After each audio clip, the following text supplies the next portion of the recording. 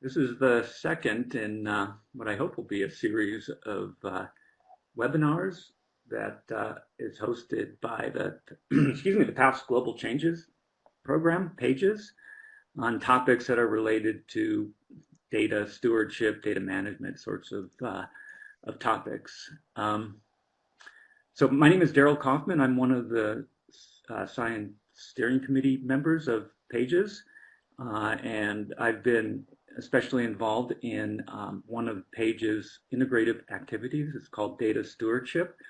The integrative activities in Pages were set up as sort of cross-cutting projects that relate to a number of the working groups that Pages oversees. It was developed because of the important role that data plays in advancing paleosciences, especially at the global level. And our speaker today is from the World Data Service for Paleoclimatology. It's one of NOAA's centers for environmental information. And Pages and NOAA Paleoclimatology really kind of grew up together in the early 90s, and they've had a long-standing cooperative relationship. They have shared goals of ensuring the long-term data archival and promoting their reuse and data syntheses and data model comparisons. So with that, I'd like to introduce today's presenter, Professor Carrie Morrill. She has her PhD from the University of Arizona, where she studied the sensory variability in Asian monsoon over the Holocene. And then she spent several years as a postdoc and a project scientist with the National Center for Atmospheric Research in Boulder. And for the past 15 years, she's been a research scientist at the Cooperative Institute for Research in Environmental Sciences series, which is at the University of Colorado. And that position is joint with the World Data Service for Paleoclimatology at NOAA. So she's one of sort of the, what I consider rare paleoscientists who has strong expertise in both proxy climate data as well as in model simulations of Earth systems. She develops large data syntheses to compare with the output of Earth system models to better understand the causes and the impacts of past climate changes. There's a couple of others who are on the call today from the World Data Service for Paleoclimatology, and they'll be helping to answer questions following Carrie's presentation. Her presentation is Promoting Fair Data Principles in NOAA's World Data Service for Paleoclimatology. She'll be demonstrating some of the new products, some of the new services at NOAA Paleoclimatology, and she'll be telling us about the processes that for those of us who contribute data to the World Data Service. And hopefully more of you will be doing that after this presentation. So, Carrie? Thanks, Daryl. I'll go ahead and share my screen here. Let's see. And set up my slides. So can everyone see my title slide? That looks okay. So thanks also to Pages and Mary France and Sarah for setting up this discussion, this opportunity to share ideas and information and have a broader discussion about data stewardship. So I will be talking about work we've been doing recently at the WDS Paleo, building around this theme of promoting FAIR principles. And I'll define in a couple of minutes what FAIR principles are.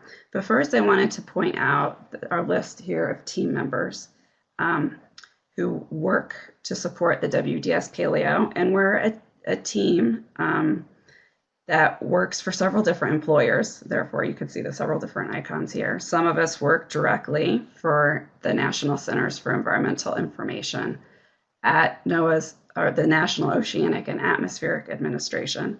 And some of us work to support the WDS Paleo as employees of either the University of Colorado at Boulder or the team of government contractors at Riverside.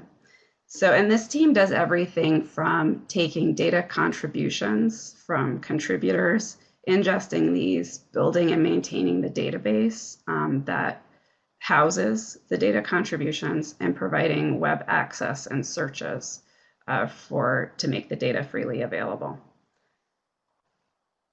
So the World Data Service for Paleoclimatology probably doesn't need much of an introduction for this audience, since we have been one of the principal repositories for paleoclimate data in the World Data System of ICSU since 1992. I did want to highlight two more recent developments for the WDS Paleo, and that's that we entered into a scientific partnership agreement with Pages last year. And this kind of formalizes the longstanding relationship we've had with Pages in terms of helping to ensure that data are open and freely available. And I also wanted to point out that our acting director, Gene Wall, retired at the end of last year. And since his retirement, our new acting director is Dr. Imke Dura of NOAA's NCEI. So I have a couple of goals in this webinar. First, I want to introduce the FAIR principles and what that means, and then demonstrate some new search and retrieval functions from our website, and then describe the new Paleo Environmental Standard terms, or PAST Thesaurus, that we developed that we use to describe measured variables and to power a new search by variable, or search by measured parameter. And then I wanted to talk a little bit about data contribution processes by reviewing both new and existing requirements for individual data contributors, as well as discussing some best practices for transitioning Pages working group databases or syntheses to the WDS Paleo as a permanent archive. So first, the FAIR data principles. These data principles were laid out in a paper published in Nature Scientific Data back in 2016 by Mark Wilkinson and co-authors. And these co-authors include a wide range of stakeholders in academia, industry, funding agencies, and publishing. And the acronym FAIR is referring to findable, accessible, interoperable, and reusable. And the goal here is to enhance the ability of both machines and humans to reuse research data. And I think this last point is really important as we're moving towards making more and more large data compilations and applying various algorithms to these compilations. And you'll see this theme of both machine readability and human readability throughout some of the new products and services that I'll demonstrate. So digging in a little bit more into the findable, accessible, interoperable, and reusable, and what each of these things in practice mean. Findability, having a globally unique and persistent identifier is important. For example, a digital object identifier, or DOI, and I'll be talking a little bit more later about our progress in assigning dataset DOIs to datasets at the WDS Paleo. Findability also relies upon having rich metadata, which allows for discovery via different search mechanisms. Accessibility is about being freely available and obtainable. And of course, this is a key tenet of the World Data System.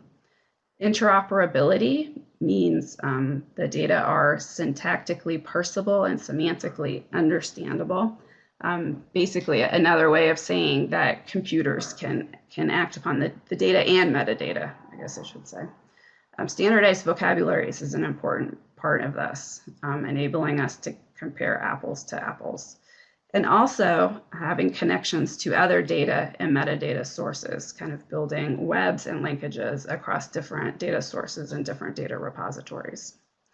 And then last, for reusability, it's important that data are sufficiently described and shared with the least restrictive license, that they also meet domain relevant community standards, and that they have detailed provenance tracking. So in other words, tracking the original source of the data and perhaps how they get reused or updated through time.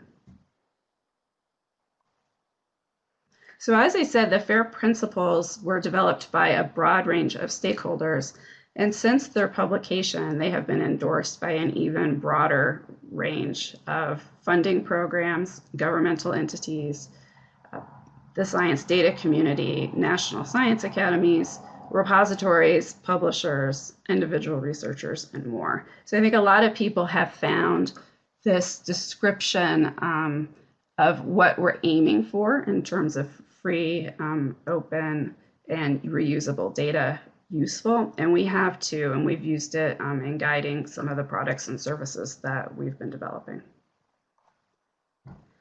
So what are these products and developments? There are a couple that I will be demonstrating. So these are recent developments at the WDS Paleo that are relevant to FAIR and to Pages activities. And I will be showing our dataset bulk download, which is a way to download multiple datasets at the same time. Our application programming interface, going back to exposing data more to computers and computer programming. Our control terms for measured variables, which I've mentioned, the Paleo environmental standard terms are past Thesaurus with the new search capability that goes along with that. And digital object identifiers, or DOIs, for data sets. I'll give a progress update on where we are with that. So actually, for the first part of my demonstration, I wanted to show a feature that some of you, if you've visited our website over the past couple months, might have noticed. And this is a series of overlays that appear when you visit our website that give you tips and tricks for using our search. And I have a video here. Let's start it. So the first time you visit the site, the overlays will pop up, but you can always re-access them by clicking here. And this is kind of what they look like. Let me pause. So they'll step you through the website as you're clicking next or previous to go forward or backward. And they give tips about different parts of the website, how to, in this case, use the general search. There are some tips here about using logical parameters like and or, and wildcards like the %sign. And these, here's another example. So going down to publishers and data type, this just explains what we mean by those things. And there are these overlays for both our main search page, our search results page, and our Thesaurus Navigator that I'll be showing later. So I highly encourage using that to learn a few things about our website. In fact, during our process of creating those overlays, I learned a few things too. So the next thing I wanted to show is downloading data sets in bulk. So this is this is actually a response to a long-standing user request to not have to download data sets one by one, but instead, can't I select multiple data sets and get them all at once? So for this, I'm just doing a search here. We'll choose ice course for our data type. Come down here to location, and I'm using the filter box to find Canada, and I select it to shuttle it over. And here there's 13 results for ice cores in Canada. Now you can use these buttons here to either select all of the search results or select none of them, and you can select them individually as well, and then click Preview Data Download, which will show the files that you're about to download, and then click to download selected data, and the data will be available as a zip here that you can click on the zip and download it. And building off of this is the same search I just showed, a screen capture of it.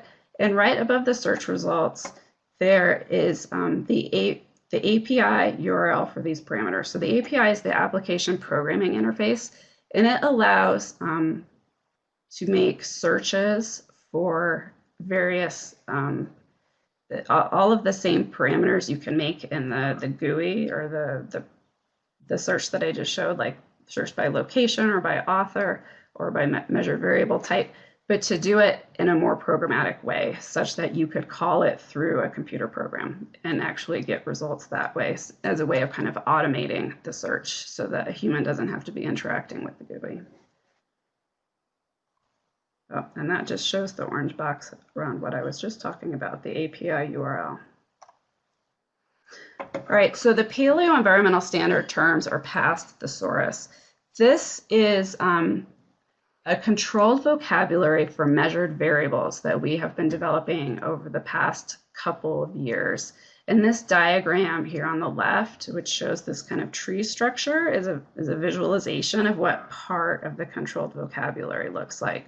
So you'll notice, of course, the tree structure. There's parent terms and then kind of organizing terms like chemical properties or physical properties.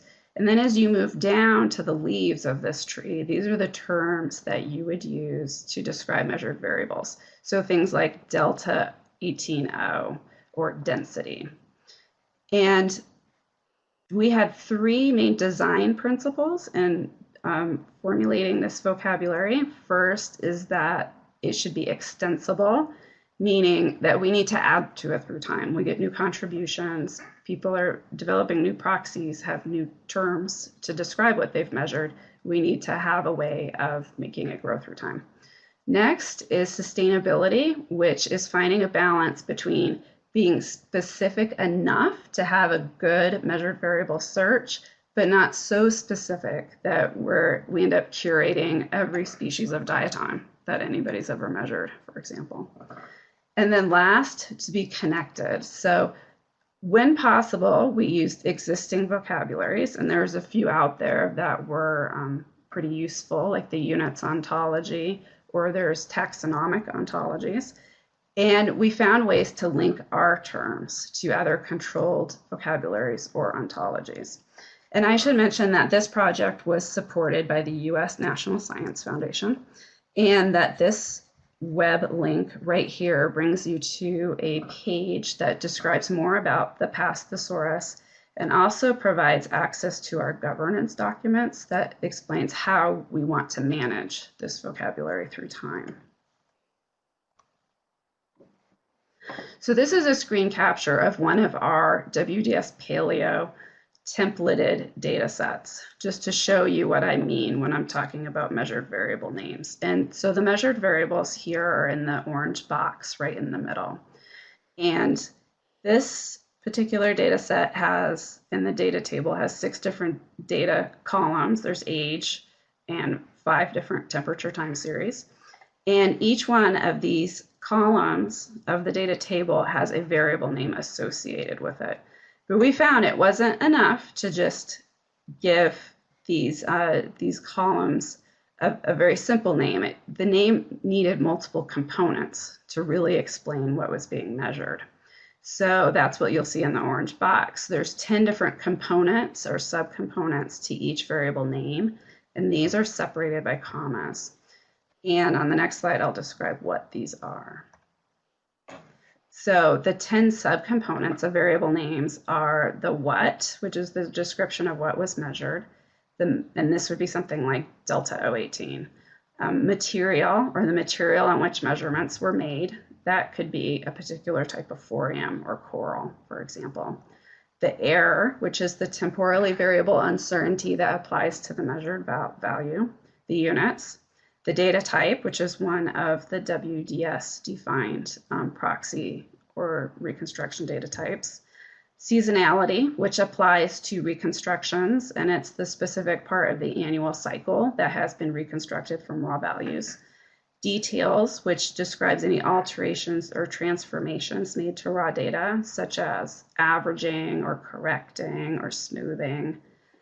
Methods, which can include information about the instrument type being used, the analytical technique, or even some of the statistical methods that were used for the reconstruction. And then data format, which is either a C or an N, and it defines whether values are character-based or numeric. And then last, our 10th subcomponent is additional information.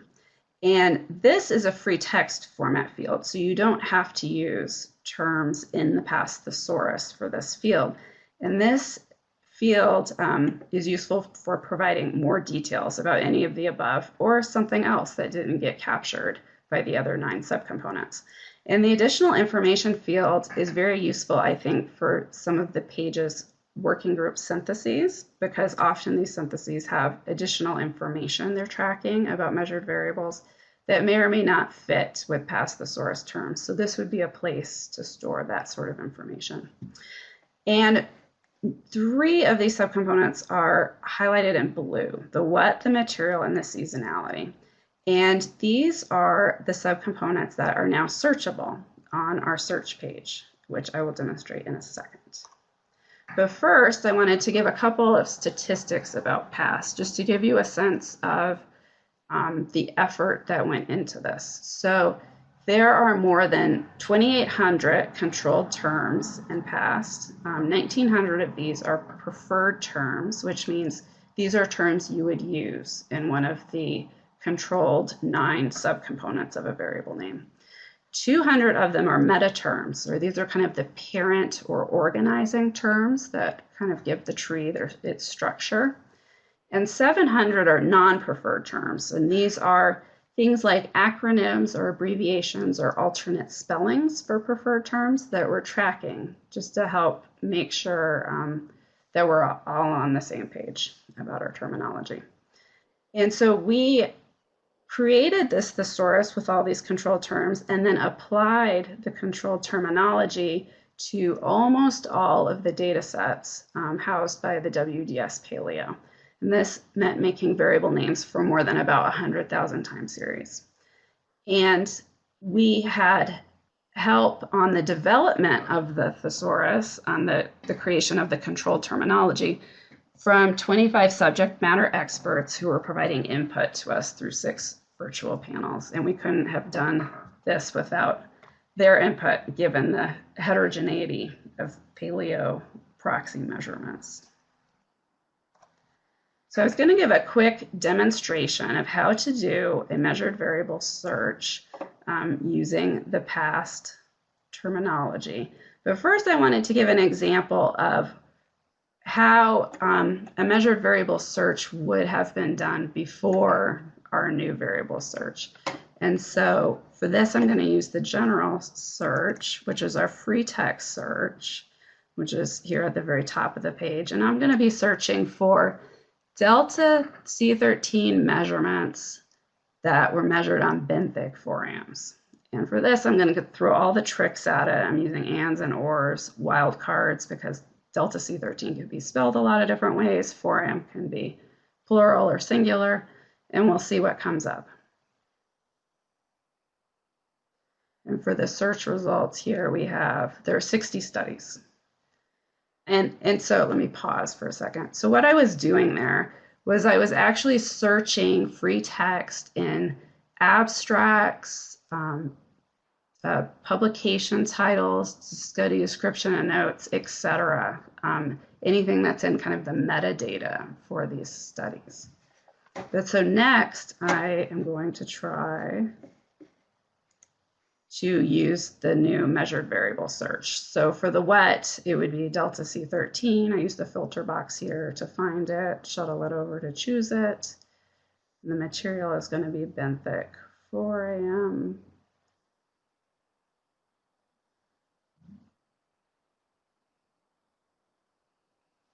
And this came up with 178 studies. So this, I think, points to the richness of the metadata now that we have added to the studies by adding measured variable terminology to all of them, and the power now of being able to find, to sift through and find a lot more in our data holdings. So next I was going to demonstrate choosing one of these search results and how to look at the variable information. So I'm going to choose this 4th one here. And we scroll down, and you can click on the Show Data File Variables and be able to see these are the variables. They're the time series that are in this particular file. And there's one important point I want to make here. So I searched for delta C13 on benthic forams. This returned as a search result because Cibicidoides woolstorfi is a benthic foram. So this kind of shows the power of our tree structure. So benthic foram is in the tree, but it's not one of the leaves. There are children of benthic foram, and the Cibicidoides species is one of them.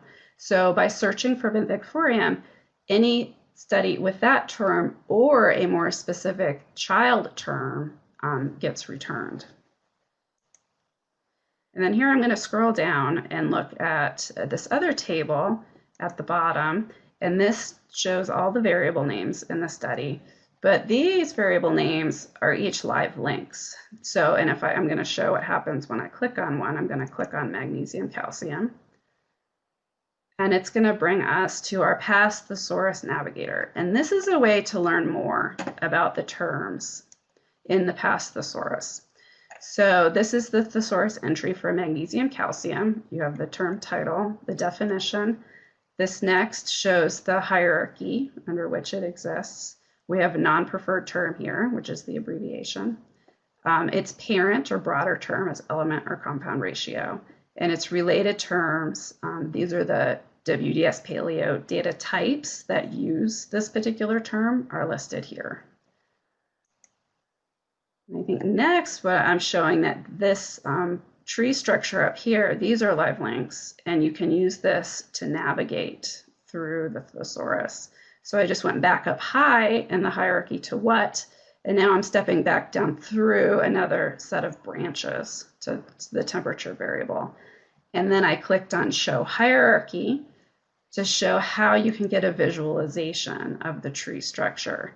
And so this is a visualization of the thesaurus term I clicked on, which is temperature variable, and then all of its children. You can see we have lots of different sorts of varieties of temperature in the thesaurus.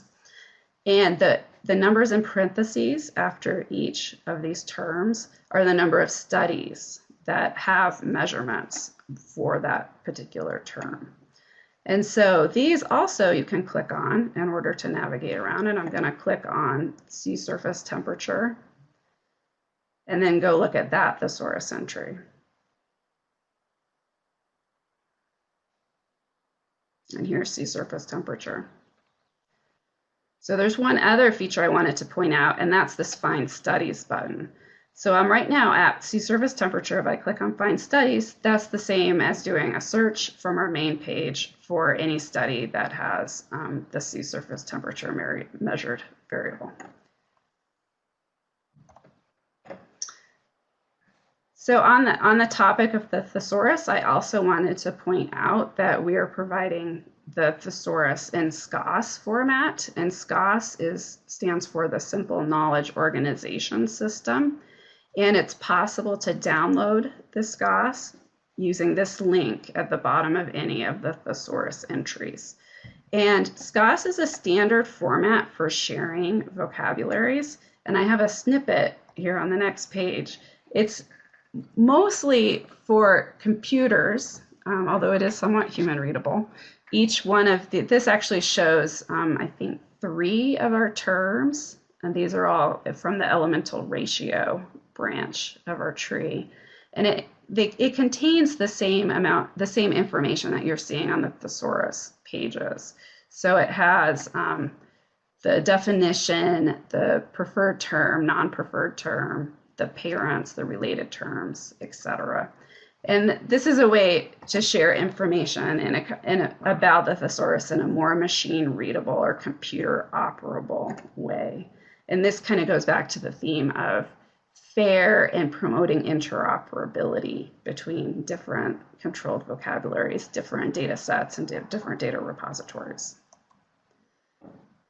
So I have one demonstration. This is not necessarily a new feature, but I think it's important, especially from the FAIR context. And this is our search where you can search both the WDS Paleo and our partners Neotoma and Pangea simultaneously. And this also kind of plays on the FAIR interoperable principle. So there's a couple things I wanted to point out here. You can select Neotoma and Pangea by clicking on these boxes. But as soon as you've selected other data centers, some of your search options get a little bit more limited because our metadata haven't been completely standardized across the 3 repositories. So what I did here was I decided I wanted to do a location search. So I clicked on the box tool and drew the box that I wanted. You can see some of these other search options are not available when you're doing a cross-repository search. And here, there are 1,147 results. And you can tell the data center using this colored box in front of the dataset title. So here I've selected a Neotoma dataset, and I'm going to show how you can click on this online research to actually visit the dataset at Neotoma.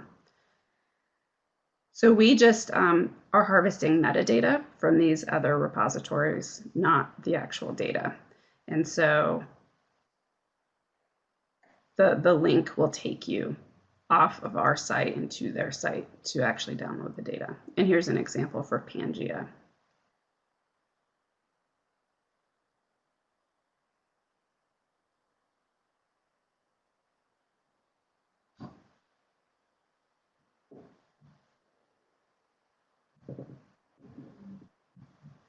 Cool, and there you have it. Now we're at Pangea.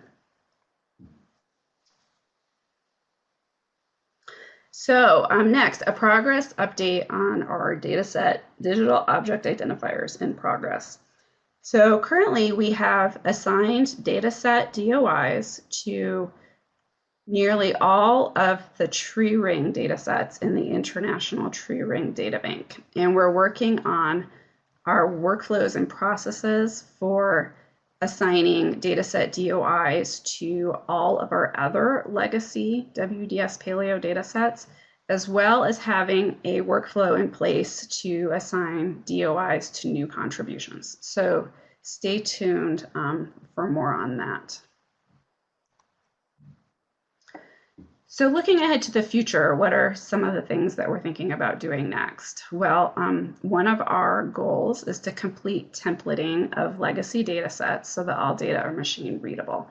So about 20% of our data sets are not in the WDS Paleo template format or another machine readable format. And we will be, hopefully over the next couple of years, converting those to a machine readable format. Next is to standardize chronology information. So our radiocarbon or uranium thorium tables, for example, are not in a standardized format, which means they cannot be machine read or read by a computer and operated upon. So we plan to create standard formats for those and then apply those formats retroactively to our legacy data sets.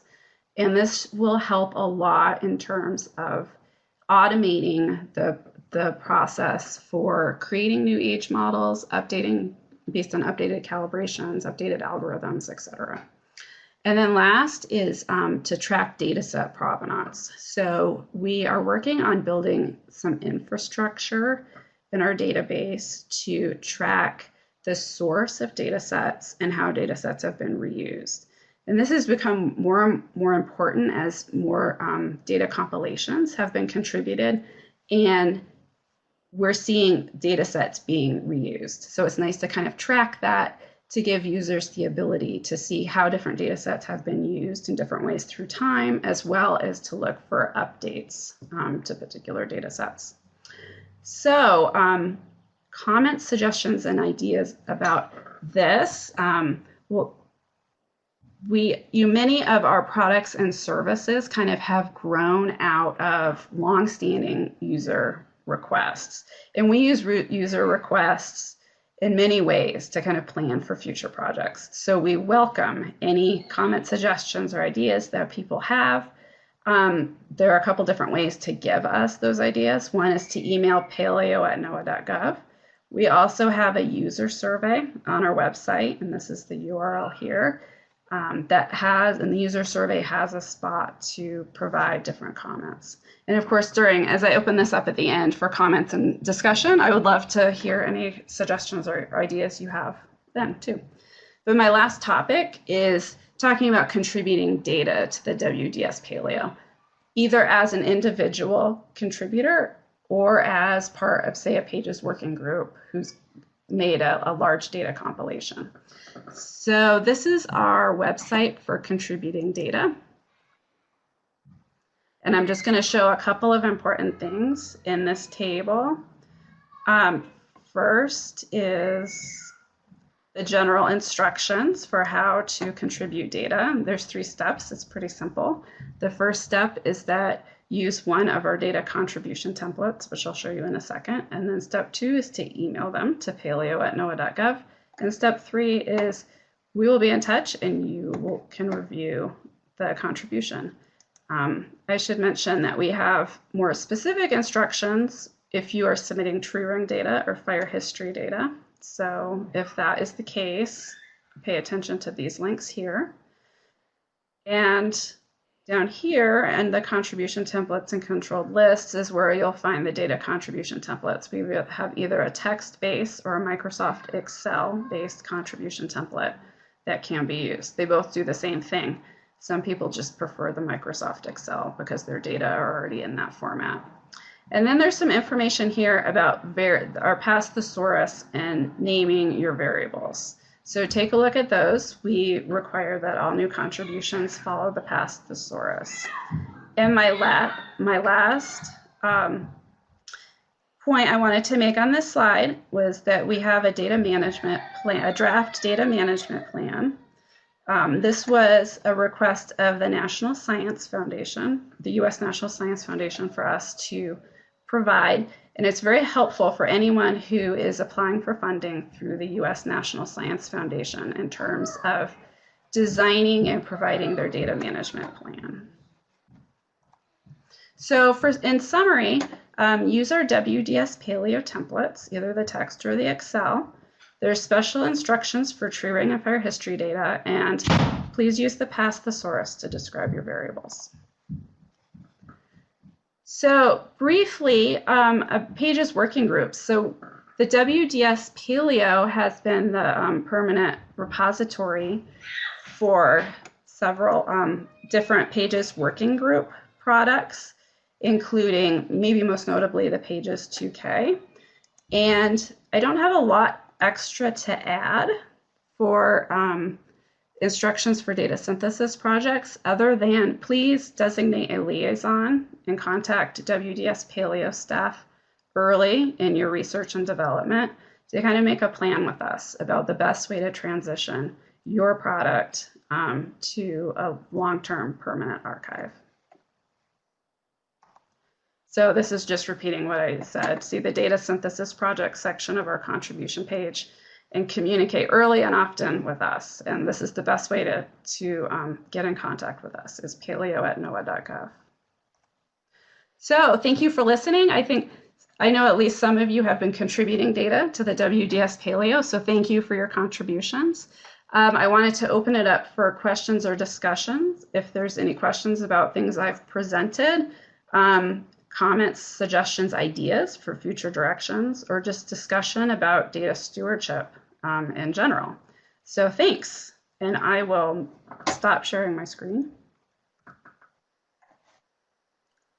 Fantastic. Thank you so much for that very informative presentation, Carrie. Let's see.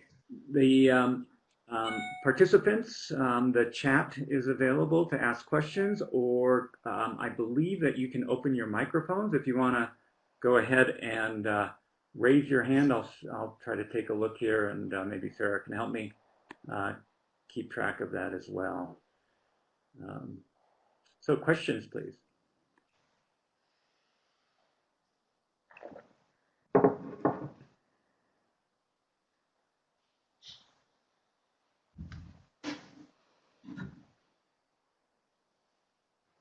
Let's see. Well, maybe while folks are maybe typing in their questions on the chat, I'd like to ask Carrie or others there in the group if you can give us an idea about sort of the scope of the NOAA Paleoclimatology database. I mean, the title has paleoclimate, and several of the named variables that you mentioned are specific to climate variables. But I also know that you archive fire histories and other sort of paleoenvironmental kinds of data sets. And maybe this gets into a little bit of the interoperability. And so, a lot of the Pages projects and others, participants on this call, I'm sure, have data sets that may not be specific to climate variables. And so does NOAA Paleoclimatology accept paleoenvironmental data of all sorts, or do you refer certain kinds of data sets like assemblage data to other data archives? Or what would be your recommendation? Yeah, thanks for bringing that up, Daryl. It's one of the reasons why we named the Paleo environmental standard terms or past Thesaurus Paleo environmental rather than paleoclimate, is because we have so much data that's not strictly paleoclimate, that's more paleo environmental, paleo ecological. So yes, we do take contributions that are larger, broader than just paleoclimate. I think fire history, as you mentioned, is a really good example of that.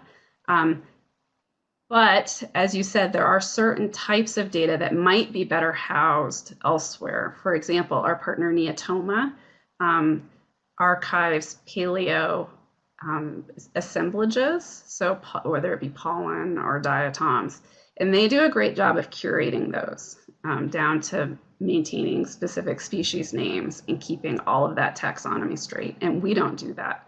So if you do have assemblage data kind of in that vein, Neotoma would probably be a better home for your data. But otherwise, what we accept is very broad. And Wendy, do you have anything more you want to add on that? And actually, maybe Bruce would be. Most of our team is here and ready to answer questions. So I am going to, how do I could make Bruce a host to see if Bruce has anything he would like to add. I think you can say anything, Bruce, if you would like.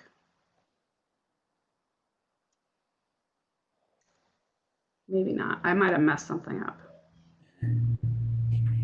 Bruce or Wendy, I think you just need to activate your microphone if you'd like to speak.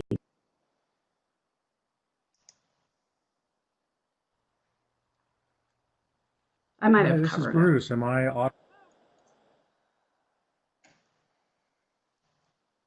Hi, Bruce. We can Yeah, hear go you. for Go it, ahead. Bruce. Yeah, we can hear you. Go ahead. Sorry about that.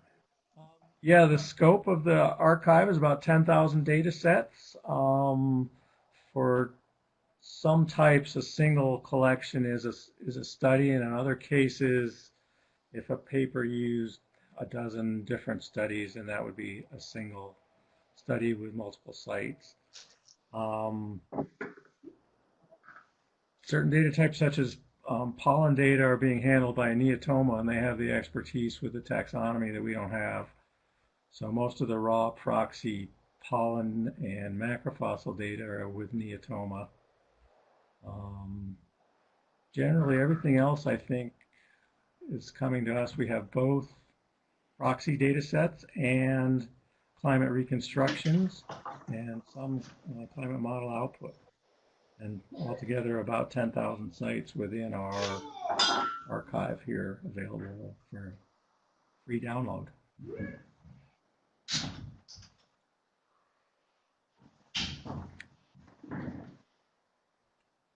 Great. Thank you, Bruce. That helped a lot. Yeah. Okay. Hey, Carrie, I'm hoping maybe you can see the chat. There are several questions there. Do you want to go ahead and take them on your own? Yeah, sure. So I'll just start at the top. So Nick McKay, you mentioned that you're planning on adding data provenance, which is great. Can you expand a bit on the plan for that? Will the provenance be included within each data set, or will there be a registry on your website database?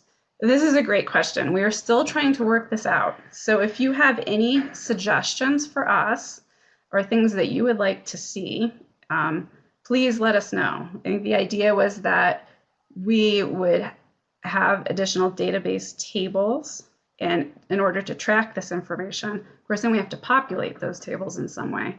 But this information would display on study landing pages in some way, shape, or form.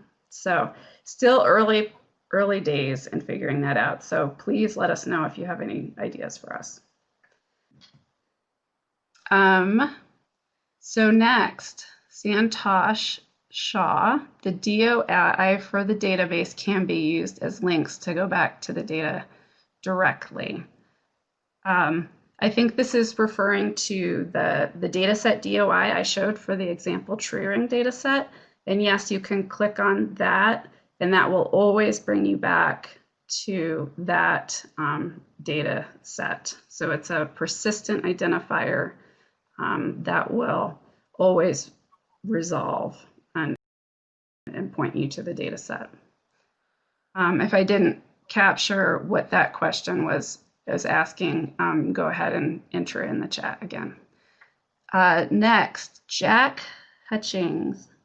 Expanding on Daryl's scope question, what about non-paleo modern data whose primary function is in calibrating and or understanding paleo archives? Yeah, that's a great question. We have some data like that. People will often contribute it as part of their paleo study. And it's one of the reasons why we have a data type called instrumental that kind of captures that kind of data. So I think those data are extremely valuable in terms of documenting what calibration was used, and other people could generate other calibrations from them through time. So I would say yes, please submit those data if you want to share them. Do any of our team, Bruce or Wendy, have anything you want to add on that?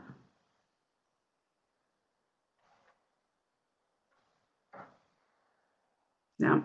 Okay. Will Daniels, thanks, Carrie. You just touched on the taxonomic question with regards to diatoms, but a similar issue arises with biomarkers. So is it preferred to contribute calculated indices, or are there options for contributing raw data? For example, with GDGTs, I see the Thesaurus has MBT index, but not the peak area or relative abundance of various compounds. Is this better placed in Neotoma? Yeah, that's a really good question too, and I don't have a clear answer for that. For the example for GDGTs, I think our thesaurus term is pretty broad. It's not, we don't go down to the level of individual types of GDGTs, although those can be put in the additional information, and people have contributed raw GDGT measurements. So for when you have multiple GDGTs, in that case, your what term would be GDGT, and then the additional information would describe which GDGT it is. So it's possible. This is, something we've struggled with about the specificity of the controlled terms and how specific we should get. I think for the time being, we would be a good place to house this data. I'm not sure that Neotoma has a collection. I think they've mostly focused on, and it's too bad there's no one from Neotoma here to correct me, on pollen and diatoms and a couple of other assemblage data. At some point in the future, it could be, and this is something that our partnership with Neotoma, it's kind of a long-term goal to try to work this out about what's the most appropriate place for which type of data. So yeah, that's a great question. Anybody want to add about anything to that? We're good. The next question, Paul Butler, another great question. Is the past ontology consistent with or identical to the linked Earth lipid ontology? It is not identical to. I think they're complementary to each other. Past has a very specific goal in mind, and that's to describe measured variables, whereas the linked Earth lipid ontology is much broader in terms of providing the structure to hold metadata and data more generally. And so it's possible, they're complementary, that you can use past terms within the lipid framework. And we are working with Nick and Julianne to create a lipid, a NOAA standard for lipid that would enable you to store information like past terms within the lipid framework. So not the same, but complementary, I would say.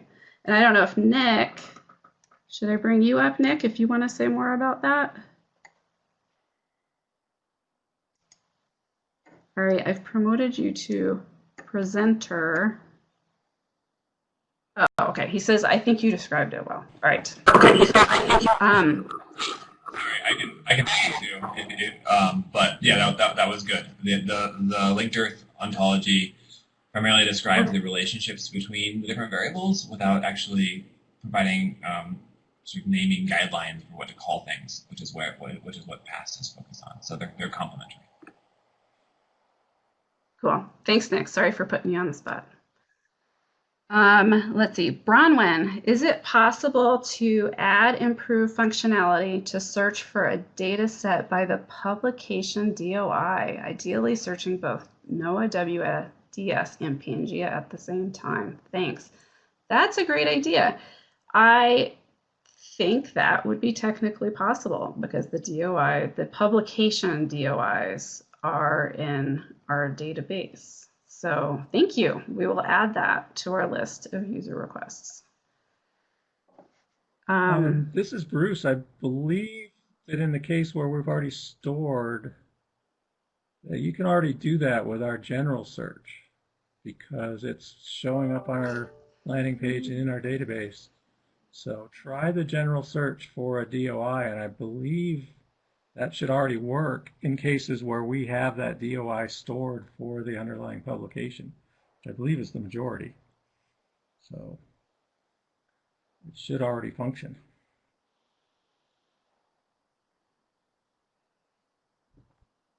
Okay, Bronwyn followed up. I have tried the general search. It does not work, even when the DOI is stored.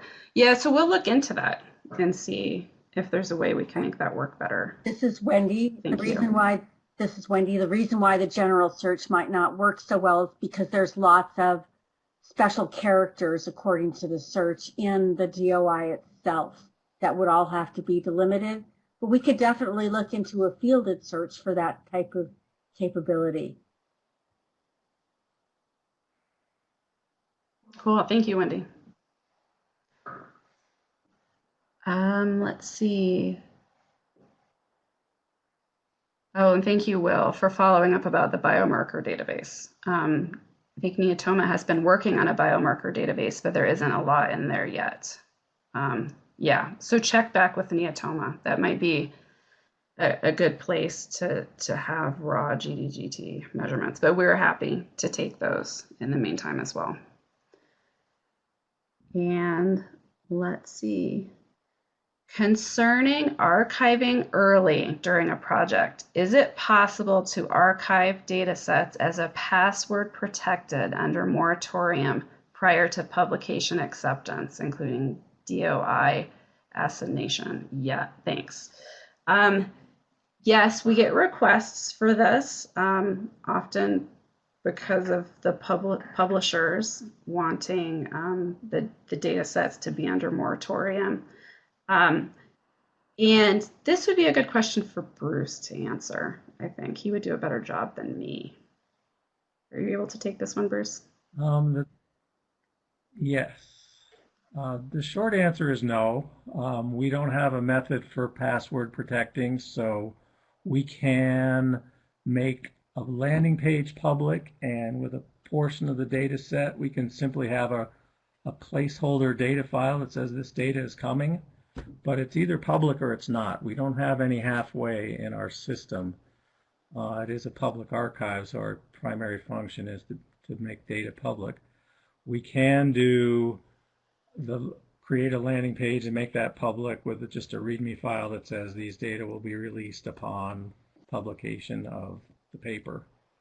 But that's the best we can do. We can't really allow data to be seen by reviewers, but not by the public. So we can make it public, or we can keep it offline, but we cannot do a hybrid.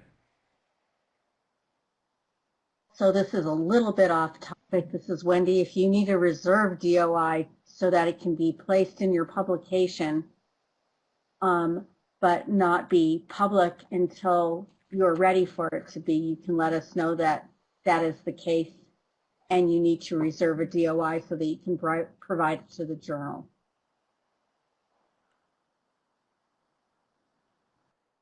Right. So Karen asked, I thought that Neotoma focused on terrestrial assemblage data. Does it also include marine assemblage data? And unfortunately, I'm not the best person to answer that question. My understanding is that they have mostly focused on terrestrial assemblage data, but I know that they have started new work groups to kind of expand into different assemblage and paleoecological data. So I don't want to speak for what Neotoma is doing or planning.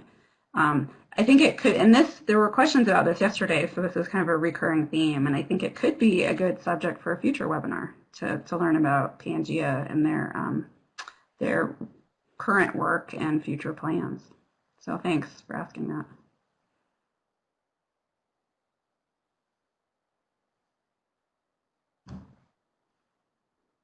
Yeah, no, I agree. That Pangea certainly has strong connections to the paleoceanographic community, and I know that they do store the primary assemblage data for marine organisms. I don't know whether or not there are also sort of paleoceanography specific data repositories that may also have those sorts of data sets. Let's see. So other questions or topics for discussion?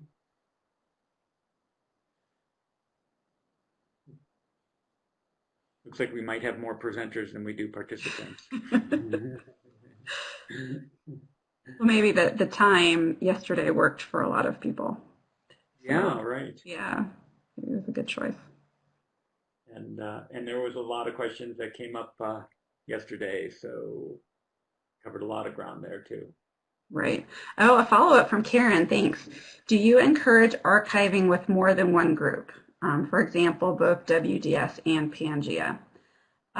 It's certainly not necessary, especially since we harvest metadata from Pangea and Neotoma. So, in fact, I think it could be somewhat confusing if you archived the same data set in multiple places. So my initial reaction would be it's probably best to find the most suitable repository and do that, especially since we're all interconnected with each other. And there, like, as we were talking about, Neotoma archives a lot of assemblage data, but they don't necessarily archive climate reconstructions from those assemblage data. So it might even be possible, though, that parts of your data set belong more so in one repository and other parts of your data set belong in a different repository. And I think that's something we also need to work out. And I think there's some opportunity here for the data repositories to partner and to collaborate and try to figure this out and set some guidelines for contributors as to the best places to deposit their data. I don't know if anyone else can chime in here. Some of that's my personal opinion, but.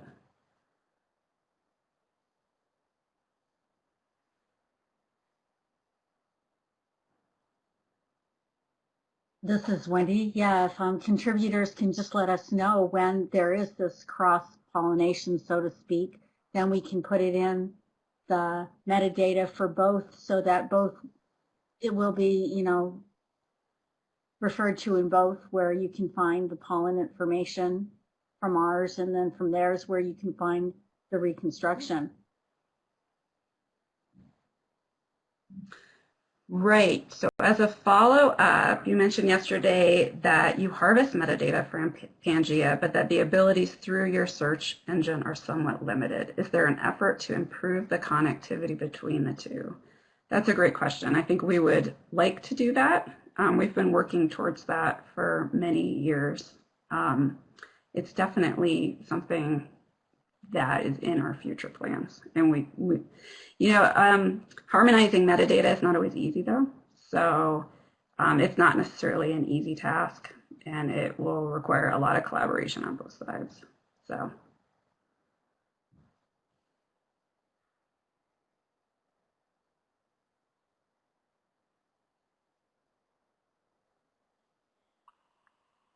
Let's see, I actually had a question. It was a follow-up from a topic yesterday. Carrie, you had some information about new attempts to include geochronological information in a systematic way, sort of a templated kind of a format as you've done for the paleoenvironmental data. Let's see, I looked on the past Thesaurus information, and it looks like, at least for radiocarbon, it's pretty general, that you've got some sort of discussion or, a few sentences about the kinds of data that should be included. Has NOAA Paleoclimatology taken further steps on radiocarbon specifically that are not explained in the website? Is that something we can talk about? Right. I don't have anything too concrete to mention. It's something we want to take up within the next few months. And I think there's been a lot of efforts from the community on this topic, different working groups, both from the radiocarbon and the uranium thorium perspective. They're trying to identify important metadata, the sorts of data you need in a useful chronology table or radiocarbon table. And we want to use a lot of that work that's already been done. So I think that's one of the first steps for us, is to kind of review recommendations that have already come out from community working groups, and then find how to implement that within our own data infrastructure. And also looking ahead to what sorts of information are needed in different software and different tools to generate age models, so to make sure that we capture all of that metadata and data so that these tables can be easily reused programmatically in different tools. So those are kind of the steps we're thinking of, but haven't made concrete progress to report on there. Great. Thanks. Looks like KG has a question in the chat if you want to grab that, Carrie. Right. Calibration data sets where you have linked assemblages environmental data. There are many of these published, but few archived. Any thoughts on how best to make these available? Like the modern pollen database for North America, you can get assemblages from the Atoma, but the linked database is only available, I think, on a couple websites. There are many regional calibration data sets that are needed, but hard to get a hold of. Is anyone thinking about this in some way? Yeah, that's a great question. We have calibration data sets that have been contributed on kind of an ad hoc basis for lots of different things, for chironomids or other sorts of assemblage data. And they're just kind of all mixed in with our other data. They can be perhaps harder to find than maybe they should be. It would be nice. I think part of this is letting people in the community know that, yes, we would like these sorts of data sets. These are very useful for people. They are the basis of a lot of reconstructions. It's great to share them. So maybe part of it is getting the word out. And part of it could be figuring out how to make these most accessible, findable, and accessible for people so that you can come to our website and much more easily find calibration data sets. So I don't know if that, oh, nice, Karen, I fully support KG's suggestion. Yeah, that's something we should think about.